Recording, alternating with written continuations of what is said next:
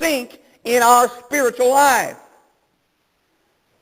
And I fear that many are sinking in their spiritual life, sinking in their home life, sinking in their personal life because it's not focused and rooted and grounded in Jesus, and we've lost our flavor because we put our affections on other things, the deceitfulness of riches, the cares of the world, and all these other things that take us away from God.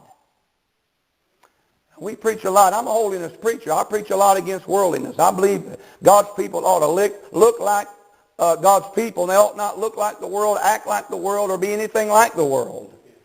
Now, an old-time great preacher of old named John Wesley. Many people have heard of great men like that in the time. I thank God for men in the history that's caused us to be where we are today many times, and I thank God for their teaching. But he defined worldliness as this: anything that cools your affection for God is worldliness.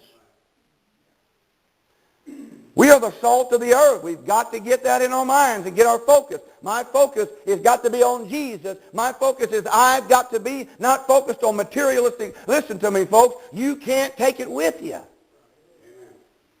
We came into this world with nothing, and friend, that's the way we're going out. We've got to keep our focus. Our focus has got to be, we're the salt. Now, everything that I'm going to talk about is going to refer to this verse. We are the salt of the earth. Salt does a few things, and I wrote down some things that salt does. Number one thing that salt does, salt makes people thirsty. We've heard the old saying that you can lead a horse to water, but you can't make him drink. No, you can't make him drink, but you sure in the world can make him thirsty. We are the salt of the earth. And friends, our life as a Christian is to keep our focus in my own personal life. And when I do that, I will make people thirsty if I'm the salt. People are thirsting for something in the world. That's why the bars are full tonight. That's why the dope houses are full. That's why all these places are full, because people are thirsting for something. Something to satisfy that need. They're longing for something. We know how it was. I remember how it was to have that emptiness right in the middle of the heart. That no matter what you did, all the work and all the money, all the pleasure, couldn't feel that thirst and that hunger and that void. They're looking for something. And we have got what they need. We are that salt that makes people hungry. That even though in this day there's more demonic forces being poured out on the earth than it's ever seen before. I was talking to some friends one time. I thought, man, with everything going on with television, you know what? You can preach an old-fashioned message on hell and don't even bother people no more. They see so much stuff on television. They see so much demonic stuff on TV. They become immune to these things. I began to wonder. I was talking to some preacher friends. I said, how in the world can we compete in the day that we're living in? Because we've got so much to contend with, the demonic forces. When we preach about hell, and people say, I ain't scared of hell. I've seen that kind of stuff on television. It doesn't penetrate their heart. And then we preach holiness. We preach against the movement of the homosexuals that's coming on our earth. Yet there's so many homosexual churches right around here in Carbondale. The Good Shepherd Church is a homosexual church. And how can we preach against homosexuals when they're preaching to them that it's okay? I begin to wonder these things. I've got people this girl that I knew that she thinks it's okay to be a Christian and get high and smoke dope and have sex with everybody and F this and talk like the devil, but she's a Christian. How in the world do we contend with things like that when we're trying to preach holiness? There's only one solution. It's when we are filled with the salt of God. When our life is so salty that people get around us and they're thirsty for something. They're hungering for something because we spill off on them and it makes them say, I want to drink of that fountain of living water that you're drinking from.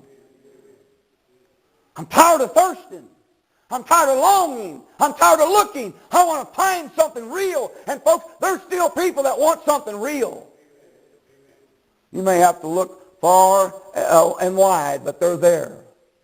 There is still hungry people in the world that want Jesus, but they've never seen him really portrayed in their life. Because many times we've lost the salt, and people aren't thirsty for what we have. The second thing salt does is it preserves. It preserves. It preserves. It keeps things fresh. How our Christian lives ought not be stale. We ought to be fresh and preserved by the salt that God has given us. Man, my friends, we live off yesterday's leftovers. We live off dead worship, dead praise, and stale bread. And we need to be fresh every day as the salt of the earth. Preserved, fresh, kept pure and clean.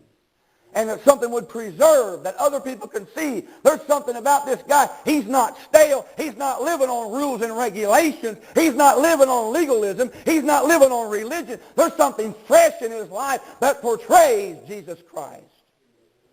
That's what salt does. And the third thing salt does, salt melts coldness. There's a lot of coldness in our world. There's a lot of coldness in our churches. If you visit around, I preached at churches, I'm telling you what, I would have had better success preaching in a graveyard. That's a fact. There's a lot of coldness. Coldness in the world. Coldness among the church people. And salt melts coldness. You know, when the ice comes, we go out there and we pour that rock salt on there, melts that ice.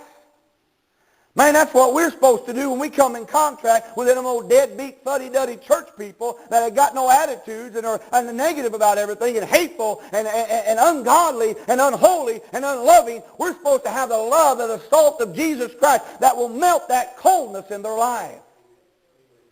And when we walk into a church and we can get up there and let the salt of Jesus begin to penetrate in people's lives, and the coldness should begin to melt, and people should be getting warmed to the gospel of Jesus in our life. It melts coldness. Salt also heals wounds. Salt burns like fire when you put it in a wound. But my friend, it'll heal. It'll heal.